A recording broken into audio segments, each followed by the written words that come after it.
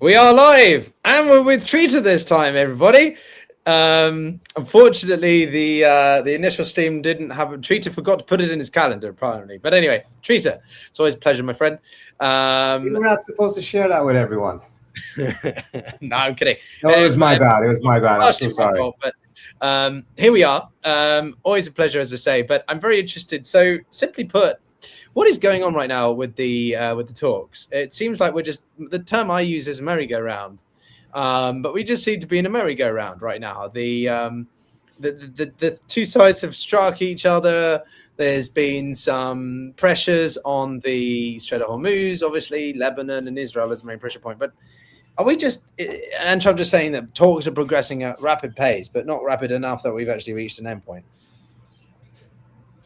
Merry-go-round is probably a good metaphor here. We haven't reached the end of this, but it is increasingly looking difficult. There's no doubt about that.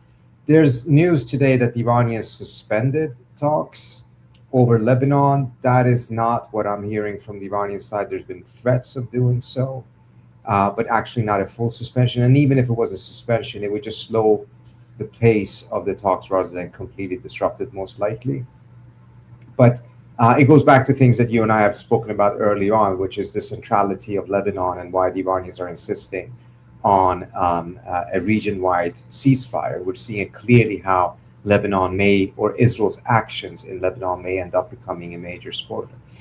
I would say, however, that the main challenge at this point is actually cold feet on the Iranian side, driven to a very large extent by deep suspicions as to whether Trump is serious, whether this is just an effort to win time, to attack Iran, whether he actually can deliver on some of his promises that he's making. And some of those questions I think are legitimate, and given the fact that the Iranians have been attacked twice in the middle of negotiations, it's reasonable to understand that there's going to be a degree of paranoia on the Iranian side. But at the same time, the logic of some of these arguments, frankly, don't make sense. Because if Trump was looking for a way to restart the war, he doesn't need a deal. He doesn't need to have an excuse. He doesn't need to have a pretext. He'll just do it. There's no reason as to why they would be striking a deal and then a month after the midterms, that's when they would do it. There's no logistical or military logic as to why Trump would need to do anything along those lines. If he wanted to have another military confrontation, he'll have it.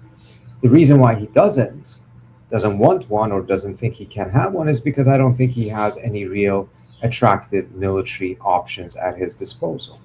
So I think we're in a situation in which Trump's own conduct, the manner in which he has been so untrustworthy, has really triggered the paranoia that exists on the Iranian side, which to a certain extent certainly is justified given their experience, but to a certain extent is just paralyzing them at this point.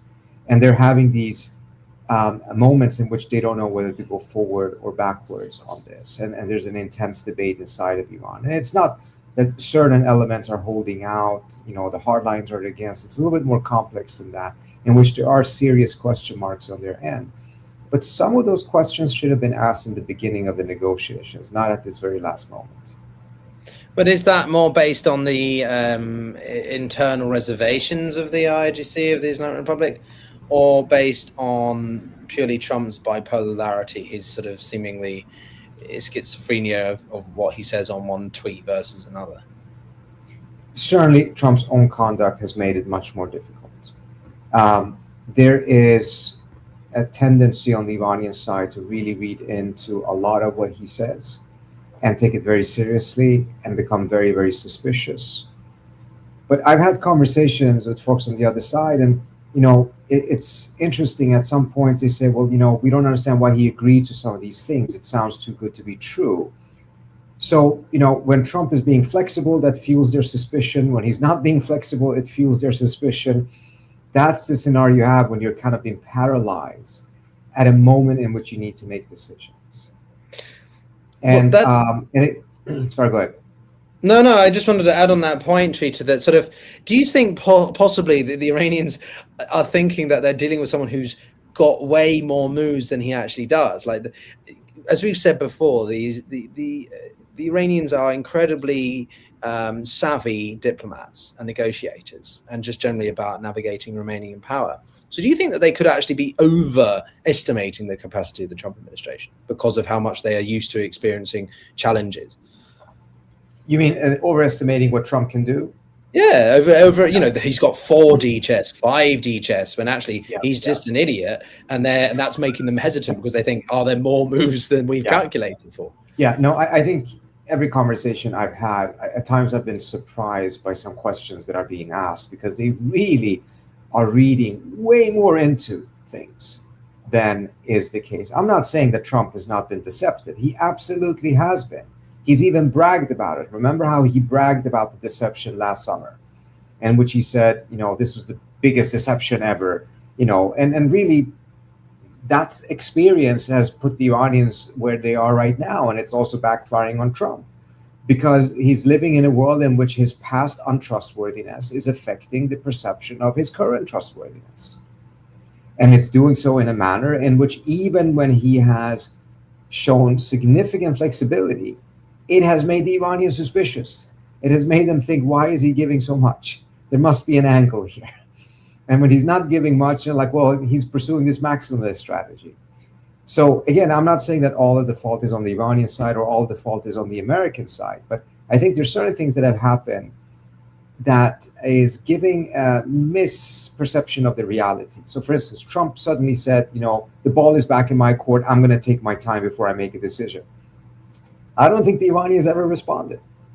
I don't think the Iranians went back with an actual response to the US on the proposal. There may have been some exchanges of certain texts, but a full response was never given. But this was a way for Trump to deflate the pressure that was building up on him in Washington, in which people were increasingly asking the questions, what's going on here? The Iranians been sitting on their answer for 2 weeks. You say that they're desperate for a deal. That certainly doesn't seem to be the case.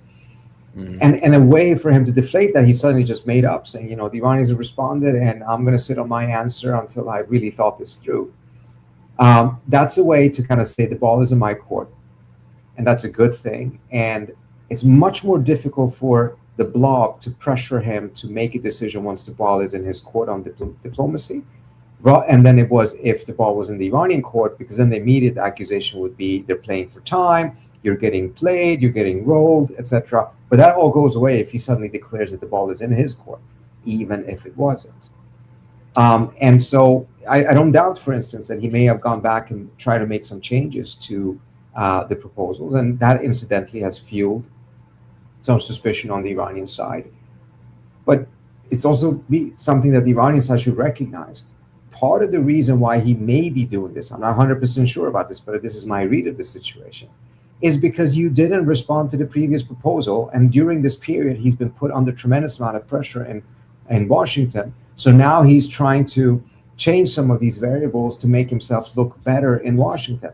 But it is different from the original proposal, which he was happy with because the ball was in your court, but you didn't respond. Yeah, it makes me think a little bit. I was thinking about this earlier, and then I heard one expert. I don't know if you're familiar with her, Sanam Vakil of Chatham House. Sanam and I did our PhDs together at Johns Hopkins.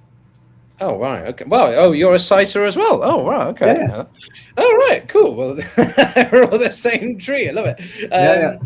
No, but Sanam, I think, put it really well, which is that despite what some people may say, Trita, the escalations that we see here, or the threats to the ceasefire, aren't really necessarily that strong. We see this quite often where you'll see flare-ups, we'll see violations, we'll see what I call pot shots, right? They take pot shots at each other occasionally but the long-term strategic value of negotiating this ceasefire is more important than ditching it for a short-term reaction because you're frustrated from the Americans hitting targets or something, right? Bottom line, what does that tell you about the extent of either's rationale now? Regardless of how hot it gets, are we not going to see a breakage of this ceasefire, or do you think it is quite possible? No, look, we absolutely can see it. I do agree that what has happened so far didn't get to the point in which the two sides necessarily were going to break it off, although it could have. I mean, I think the response the Iranians had by striking the bases in Kuwait. Again, we saw a pattern we've seen before. The Pentagon comes out and says nothing happened. 3 days later, there's a report saying that, well, there were some American casualties, injuries, not deaths, but it was because of falling debris, which then started to prompt a lot of jokes on the internet, because it seems like these drones' main function is to get shot at and then fall down on troops and cause casualties that way, rather than actually striking them, because it's just striking how many people seem to have been injured by the debris rather than the actual attack. And I think the picture is more that these were probably quite successful attacks. They didn't inflict significant damage. It was a way for the Iranians to say, okay, they're not going to accept a new reality in which the US can strike the Iranian mainland without getting significant retaliation from the Iranian side. And since that attack, to the best of my knowledge, we've seen a drop. Perhaps not a complete, but we've seen a drop. So it's not unusual in these different ceasefires that the two sides test each other, they probe, they escalate a little bit, but it's below the threshold of actually breaking the ceasefire. And again, if the US wanted to break the ceasefire, the US would. I'm not seeing anything, it's not public opinion, it's not even domestic opinion, certainly not international law, that would be preventing the Trump administration from going forward with a full-scale attack if they thought that they had that option. I don't think they do. I think they recognize that they don't have that type of an escalatory option. However, if they had managed to maintain that low-level confrontation between the US and Iran, that actually would probably have eroded Iran's deterrence over the long run in a manner that would be very detrimental to the Iranians, which is probably why they responded a little bit more forcefully. Because it's at that level the US actually can inflict damage on the Iranians and still absorb any responses from Iran. Whereas if the US were to strike harder, for instance, going after oil infrastructure, that's when the Iranians would start exercising some of their escalatory options that would be devastating for the US. But if you keep yourself below that, then you actually could inflict a lot of damage on the Iranians over the period of time without risking that larger scale retaliation from the Iranians, and without risking the ceasefire. And I think what the Iranians did is that they struck a little bit harder than expected to essentially say, no, that path is not going to work. Yeah, it makes me think. I just want to read out what Trump had said earlier, because what I found quite fascinating was the nebulous nature of what he said. So he said, this is about Israel, because obviously I want to bring in this as a potential catalyst for breaking the ceasefire. But he simply said he had a very productive call with Netanyahu, and there will be, quote, no troops going to Beirut, and any troops that are on their way have already been turned back, end quote. Now, some geniuses thought that he meant American troops, which probably not. But I think the more savvy people realized that this was the United States president effectively dictating the military operations of another sovereign nation in Israel. And so this obviously triggered a lot of MAGA individuals. And I'm just quite curious, therefore, how do you interpret that? Is it, am I overreading this, or does it really expose sort of the power dynamics between Bibi and Trump, right? Some people say it's all driven by Israel's manipulation of Trump, but clearly Trump is putting his foot down with the extent that the Israelis can call the shots in this broader conflict. Well, this is the second time he's done that in the context of Lebanon. He earlier on said that Israel does no longer have the permission to strike. And some of the bombardment against Lebanon, against Beirut, was stopped. This goes back to what we started off talking about. The Iranians want to see that Trump is willing and capable of delivering restraint on Israel. Because if he cannot or will not, the value of a ceasefire is very questionable. And here we see that Trump is signaling that he's doing it, using strong language. It's not just a quiet measure or message to the Israelis behind the scenes, but also publicly, which may not necessarily be the smartest thing, but it may be something that the Iranians have requested. We've seen that Netanyahu has responded and essentially at least partially rejected this, saying that they will continue to attack if Hezbollah attacks them, which may be within the framework of an agreement. But then he says that other IDF activities will remain unchanged. And that may suggest that the pressure that Trump put on Netanyahu is not to go towards Beirut, but other than that, the activities that they're doing in the south of the country, short of that, may not be encompassed with what Trump has pushed on him. It may also be that this is something Netanyahu says to make it appear as if he's not caving to Trump, whereas in reality, on the ground, the Israelis may start ending some of those activities. I'm not holding my breath, it all remains to be seen. But a key element of this is Trump would never do this out of the goodness of his heart or because he just kind of grew tired of it. The only reality I can see in which he would be doing this is because it is directly tied to his effort to secure a deal from the Iranians and very public pressure by the Iranians to make sure that the fighting in Beirut and Lebanon ends. Now, a question that still remains is that when the Iranians are saying a ceasefire, it does not necessarily mean that that encompasses an Israeli withdrawal from Lebanon. It may just mean that they freezes the conflict where it is right now. And that may not be necessarily what the Iranians ultimately want. It may be what they're asking for in the memorandum, but within the actual agreement later on, they may ask for more. Because otherwise, they may be cementing the conflict at a level that is quite beneficial to the Israelis. They're under control of significant parts of southern Lebanon. And because of the ceasefire, Hezbollah cannot do anything about that. So, there's details here that have to be worked out clearly. Well, yeah. Do you think, I said this in the stream before, which, do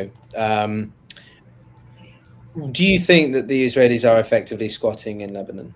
Do you think that this could become a, season sort of occupation that they don't really leave unless the United States really puts pressure on them? Could we see that happening? Oh, I have no doubt in my mind that the Israelis are planning on occupying large parts of southern Lebanon for a very long period of time, end up calling it a buffer zone, eventually annexing the buffer zone, and then needing a new buffer zone to protect that buffer zone. I mean, we've seen this pattern plenty of times. We're seeing it in Golan. Yeah, we're seeing it in Syria right now as well, in which the new buffer zone is to protect the Golan, which was a buffer zone at one point and eventually became accepted by the United States. So the Israelis have a playbook. Over time, if no one has the wherewithal and the military powers to challenge it, it ends up becoming accepted, particularly if Western states, as they so often do, end up accepting it. So I have no doubt that that is what the Israelis are aiming for. Whether they will end up succeeding or not will very much depend on what happens in this negotiation. If there isn't a negotiation, a deal, if there is a deal, what that deal entails, etc., etc.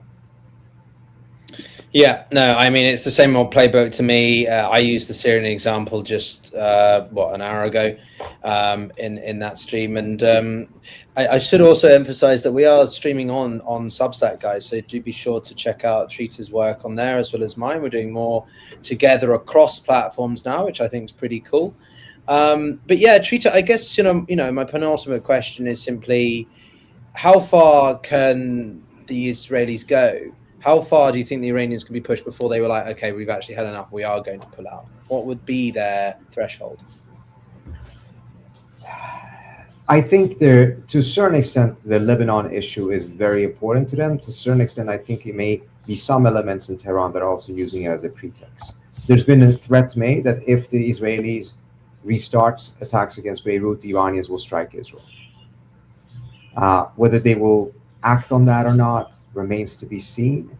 But I can see, because there's a consensus within the system that a ceasefire in Lebanon is necessary for a deal, it could also then be turned into a pretext by those who actually don't want a deal at all, who believe that the deal is not trustworthy, not because they're against the deal in principle, not because they believe that the Islamic Republic internally has to be at war with the United States, but because they have genuine and deep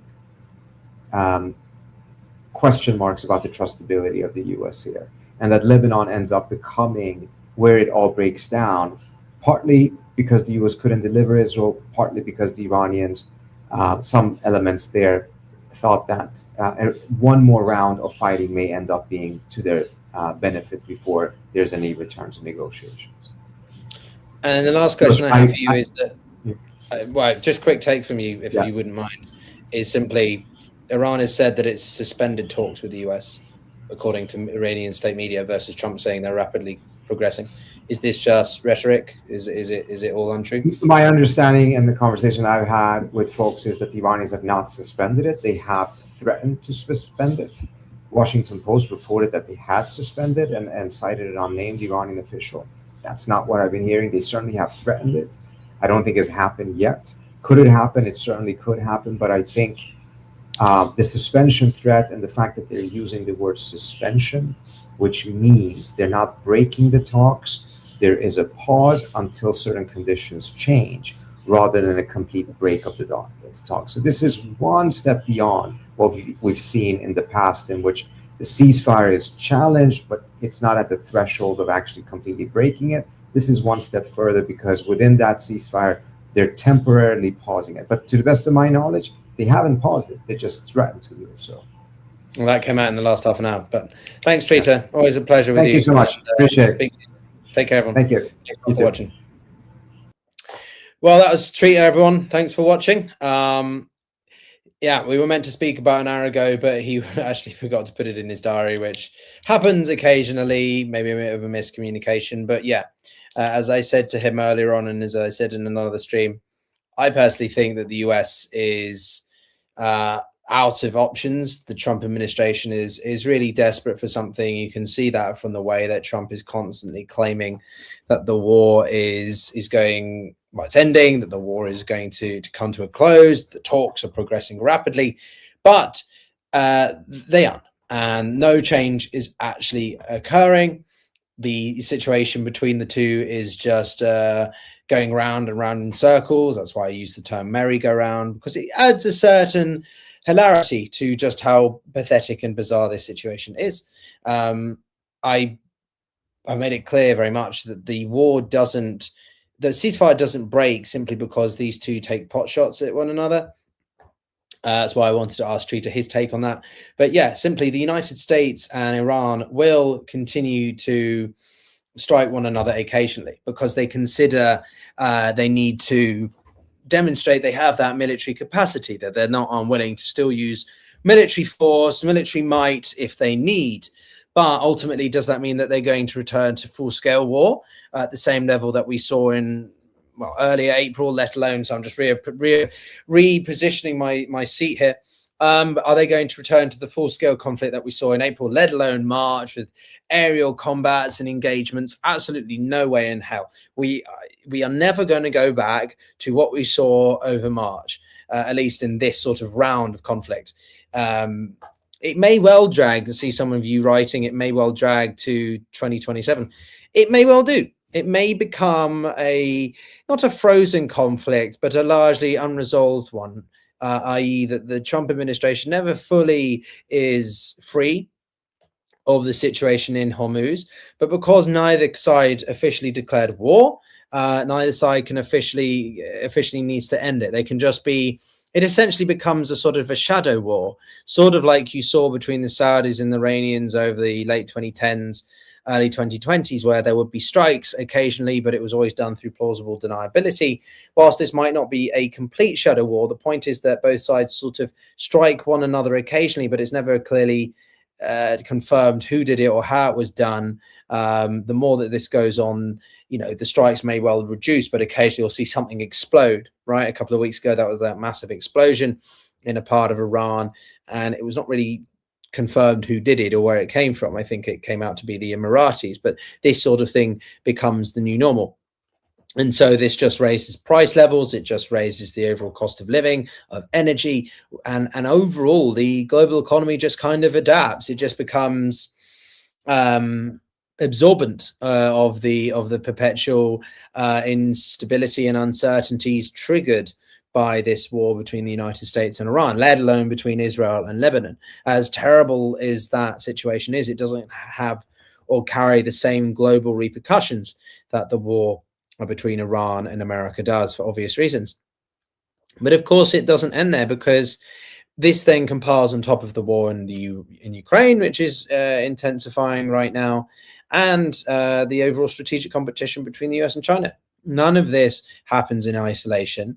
And as I say, I mean, some of you, Trita was nice enough to say that maybe the Trump administration have made some good misdirections or deliberate misinterpretations to confuse the Iranians in the past year. But largely speaking, in a war of this scale, in a war of this magnitude and length and protracted conflict, at least relative to what the US expected this war to be, it's terrible.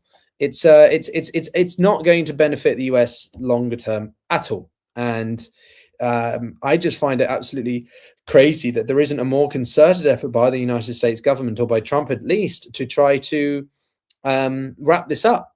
The longer that this gets closer to the midterms, the more unlikely it's going to be forgotten by those who are in the midst of the midterms or voting.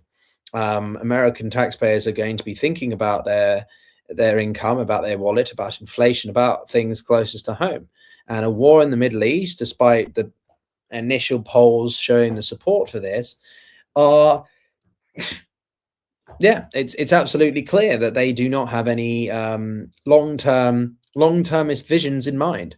And as I asked the Trita, just to share my sorts of thoughts for a second, when he says about no troops, I think, yes, there was no permission, but the one thing I wanted to push Trita a little bit on was simply the yes, the permission was about airstrikes, but that's quite a lot different to ground troops, right? Actually saying to your ally, no, you can't put boots on the ground. That's a particularly big intervention for Trump to, because if a country feels the need, even if it Israel in the context of Lebanon, which is, well, we can question that, but even if they feel the need, even if the US feels the need to, Israel feels the need to send troops into Lebanon, and for the US to just say, no, don't do that, that's a huge intervention. And I do wonder what that's going to be doing for the calculus of the Israelis more broadly, because they feel that this is a golden opportunity. Yeah, so yeah, and yeah, I think the slush fund, as you call it, is a huge deal. I saw that earlier. Just seeing here, like, this is all coming to a head. Basically, Trump's domestic situation is becoming such a shit show right now. That isn't a merry-go-round, that's a shit show. That he can't sustain this, but he's not going to be able to back down, right? Trump wants, they're trying to keep the pressure on Tehran to make the concessions by demonstrating that they are close and capable of causing that damage, right? That's simply what I think I was trying to get at earlier, or in the first part of the stream before Trita joined us, which is simply that by making these strikes, they're not even about actually trying to destroy the targets. They're largely just symbolic. They're just trying to show the Iranians, we're here, we can still cause damage, we can still up the pressure. But the Iranians are reminding the US that their determination to resist is undiminished, and if necessary, motivated to attack the US and its wide infrastructure across the Gulf states, right? This whole point was about establishing a comprehensive ceasefire, but for the best part of 6 weeks, 2 months, we've had a fragile ceasefire, and now we have the underpinnings of a MOU. But an MOU, or memorandum of understanding, is largely fuck all indifferent, excuse me, to a ceasefire arrangement. It's just a more pretentious way of saying, well, we have a ceasefire, now we're trying to layer stuff on top of that. But there's nothing actually of substance there. There's nothing actually of substance to what an MOU does. It's not legally binding, and the Iranians are going to require a price for this, right? Be that the form of sanctions relief or unfreezing some of their assets in exchange for reopening the Strait of Hormuz, which is any of that is a prerequisite for those proper negotiations. Again, an MOU is just outlining what you intend to actually talk about, what you actually intend to try and get resolved. It's just it's sort of like if you're writing a report and the MOU is just the contents page. If anything, it's the contents page and maybe an executive summary. I think this is quite a good analogy, anyway. But there's no substance there. And MOU is just outlining what you intend to do later down the line. And all the while, the Iranians are allowing a trickle of ships to get through, but charging them for it. On the other hand, the Saudis are pumping oil X, Y, and Z elsewhere to try and get it done. And you've got the Emiratis and Saudis responding to Iran in their own respective ways. Emiratis doubling down on their relationship with the US or even the Israelis, versus the Saudis, who, while they have responded to some of Iran's strikes, they have made it clear that they have been acting very much independently, right? So when the Saudis launched some strikes against Iran, that was purely out of a bilateral frustration. The Saudis are approaching this conflict, this situation right now, this context rather, very much in their own way. They're not doing it as part of a broader coalition or association with the US or Israel. And that's a huge distinction, because they clearly can see the forest for the trees. They can clearly see that this is not going well, and it's not going to the place that they want it to. So they want to distance themselves as much as possible from the war. They want to distance themselves as much as possible from the absolute dumpster fire that is peace negotiations between the Trump administration, or largely just Trump and the Iranians. Because as we've said with Trita before as well, the more that this situation goes on, the more revealing it is how much Trump is undermining his own peace process, how much he's undermining his own team by emphasizing to them, hey, go and do that, but I'm going to go on Truth Social and undermine all of it by swearing or threatening or stating just the complete opposite of what's actually happening here. So I think that this isn't even when I write my titles, when I'm trying to frame how to put this into as a coverage, right? I don't even use the US versus Iran. I just think of Trump and Iran, Trump's war. Even some of the hashtags you can use for people to search it, it will literally be just some of the highest search items are Trump versus Iran or Trump Iran, not US and Iran, because the more it goes on, people are seeing this more as a war of conquest or a war of just ego. It's a war driven by Trump's ego and his unwillingness to make or give those concessions, because it would prove that he can't get what he wants and that he's human.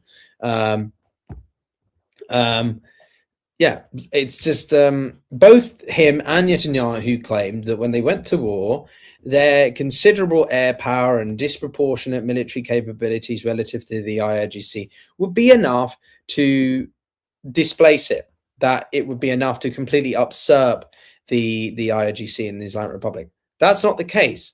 And we are seeing the true extent of that. They've misunderstood the nature of a regime that has survived for the best part of 50 years, despite numerous efforts of war, sanctions, isolation, ridicule, and they have to live with those consequences. But the problem is, so is the rest of the world, and especially somewhere like Lebanon, which is struggling so much for its own survival right now. It's effectively a failed state, and I hate to use that. And it's being physically, forcibly occupied, squatted in by the Israelis. And there seems very little that anyone is willing to do to get that to happen. I think the other thing here is that Trump's problem is that the concessions Iran wants to reopen the strait are essentially opposed by many of the people in his own party, his own camp, and basically his own desire to parade that victory, right? He doesn't just want to have that victory sort of partially there. He wants it to be absolutely shouted. He wants it to be paraded as much as possible, to be vocalized. And he's basically, I think, quite allergic to any adverse comparison between a deal he makes and ones that have come before. So I think something that's clearly under his skin, and why I love referencing it, but people clearly see the similarities, is the JCPOA. A lot of people simply see that the JCPOA that Obama managed was actually quite good. Surprisingly, shockingly, if anyone in the know would recognize that it was. But people basically see that Trump's deal, or what he seems to be pushing for, or some of the underlying elements of this MOU, is a JCPOA, but watered down, more diluted, even worse than it was before. So it's a complete madness to me that Trump is pushing for all this and continues to ridicule Obama and all that. And I'm not saying that Obama was the best president or that JCPOA was great or perfect, but it's simply that sort of, well, Trump's saying, "Oh, it's all terrible. I can do it." Well, okay, why haven't you then? Well, if it's so bad, then negotiate something better, more comprehensive, more sustainable, more in depth, more acceptable, palatable to everybody. And clearly it didn't. You know, Trump hated it. He called it the worst deal ever in 2018 when he withdrew. But yeah, it's pretty clear that the Trump administration is being undermined by Trump. Trump is undermining his own administration by saying the opposite of what people are trying to do, negotiate, and it never stops really going round and round and never getting anywhere that will lead to genuine progress or genuine peace deal. I mean, I don't even know what to say at this point. It's Lebanon just looks absolutely terrible from the imagery and things that I see online. To be honest with you, I've struggled to really cover it because it's in the context of the broader conflict. But I think it's going to be the big determinant. If the Israelis aren't willing to back down, then they're going to then they may well jeopardize the whole thing. They may well jeopardize the whole thing, and yeah.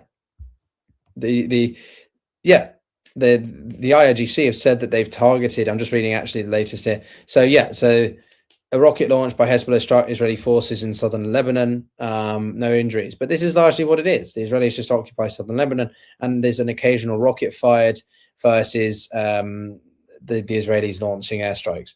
The Iranians say that they've launched a US-owned commercial vessel with missiles they've targeted. Just these sorts of things that will occur.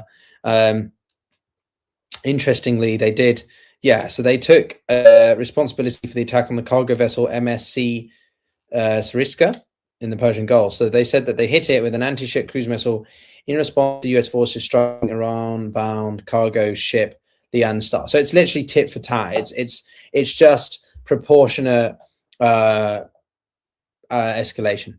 So on the one hand, you've got the US will strike 3 times and the Iranians will strike 3 times. It's proportionality is one of the biggest parts of international law that the Iranians follow.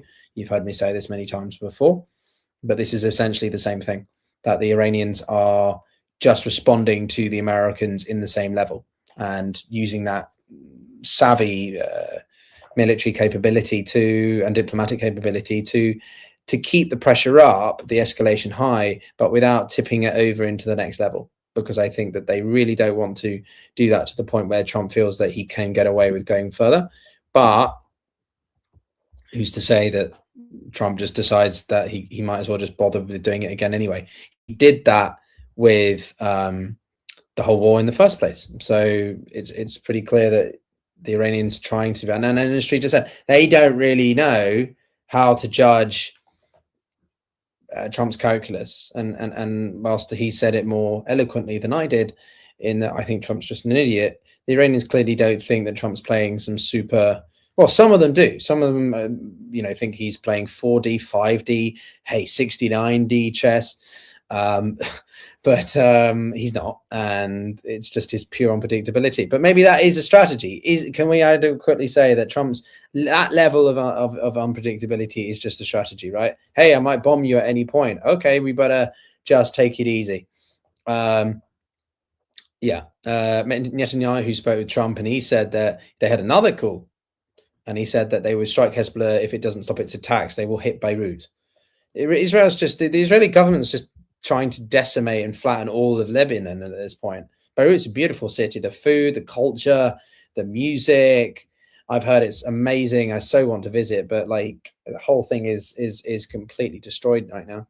But yeah, guys, I mean, I know most of you came for Trita, but I decided to keep talking a little bit because we'd had a good conversation and it made me reflect on quite a few things. But bottom line,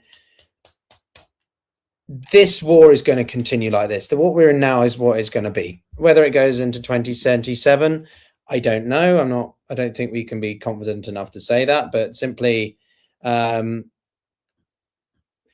going to continue at this pace, this level of intensity. We're going to continue at this level for the next several weeks. I assume that this war might be wrapped up by this time when it first started, because I didn't really think these two would have the capacity or desire for this to go this long.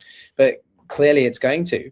And it largely comes down to who gives over the details of the MOU, and therefore who's going to be willing to talk more properly in the actual talks. At the end of the day, this is all posturing, right? They're trying to posture more strongly so that they can dictate the terms in the actual talks. They can come at it from a position of power and leverage in the actual talks, if and when we ever reach that. And last point, I see that you wrote something. Yeah, who blinks first? Exactly. But yeah, I see one of you put, it's possible to prevent Iran going nuclear. Well, that's the thing. So I'll end on this. I'll just repeat it. But nuclear weapon, I think that the Iranians have changed. I think that they realized their biggest nuclear option is not the nuclear warhead. It's the Strait of Hormuz. Now, you might think that's kind of obvious, but I think it goes further than some people have even thought, because they can control the pressure valve of it to such an extent that it affects the exorbitant privilege and duty of the US economy. And because of the way that the US is uniquely related to the global economy as the global reserve currency, whenever it's doing well, the US economy is doing incredibly well. When it's doing crap, it's doing really badly.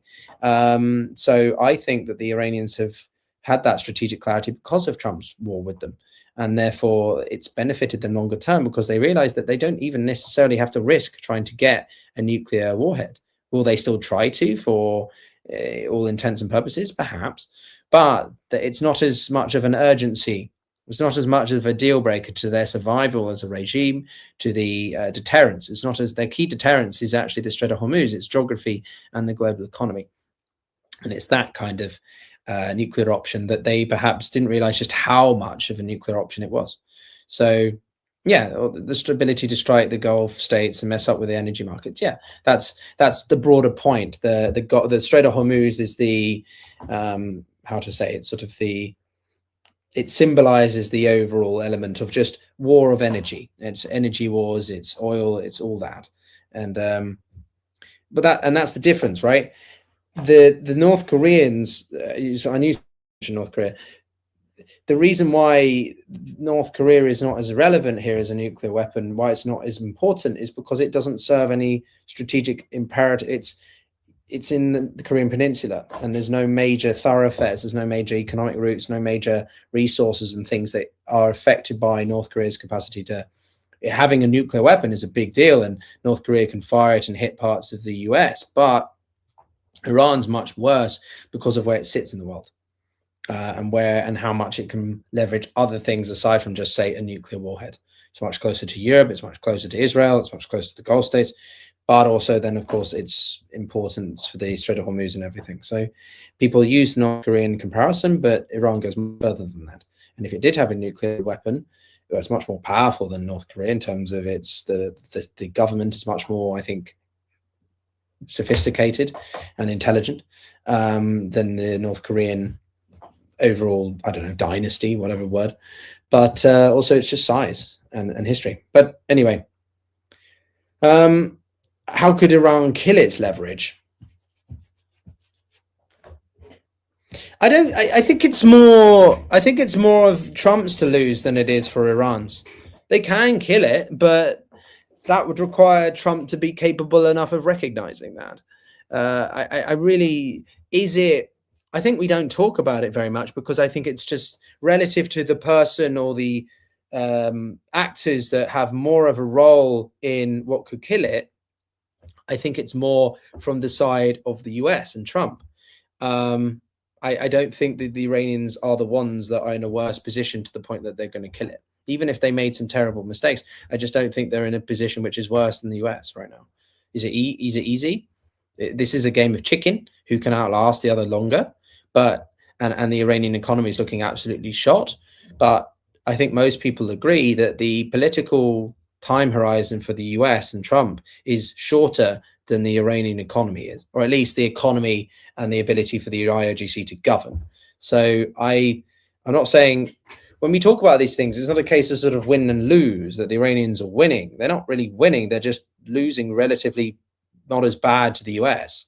And again, it's about how long can this last? If, let's pretend this goes out until 2027, right? Trump's entire election, half of his election campaign or whatever time as president, will be dominated by a war that has completely ransacked the economy and will fuck up any chance, not just him or his MAGA base, but the Republicans more broadly, from winning. So yeah, it's not a case of the Iranians winning as much as they are from just having greater time on their side, because the economy has more components to keep it manageable. But anyway, guys, I've spoken enough. Another 45 minutes, 25 minutes of me chattering away. I'm good at this stuff. I'll see you tomorrow. We've got some interesting guests coming up, including Senator Mark Kelly on Wednesday, which I think is going to be really interesting. And the usuals. Trita will be back. We'll have Larry Johnson on. We'll have David Gibbs working on a couple of others. But speak soon, everyone. Thanks a lot. And well, MD20, you couldn't be much more. You couldn't be more correct than that. But this is why I talk and others just interview. I can do both. Anyway, see you soon.